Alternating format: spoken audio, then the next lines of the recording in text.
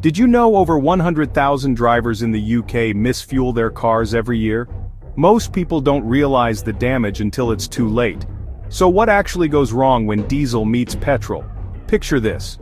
You pull up to the pump, you grab the wrong nozzle, you fill your petrol car with diesel. At first, you might not even notice.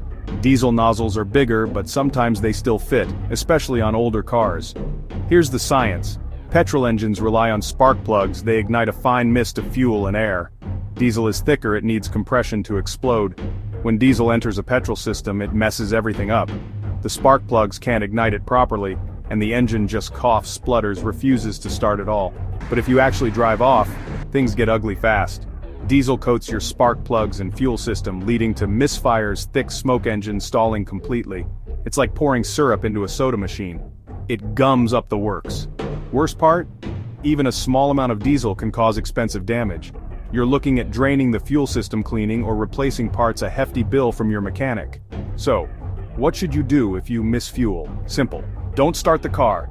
Bottom line, always double check the pump before filling up. Your wallet and your car will thank you.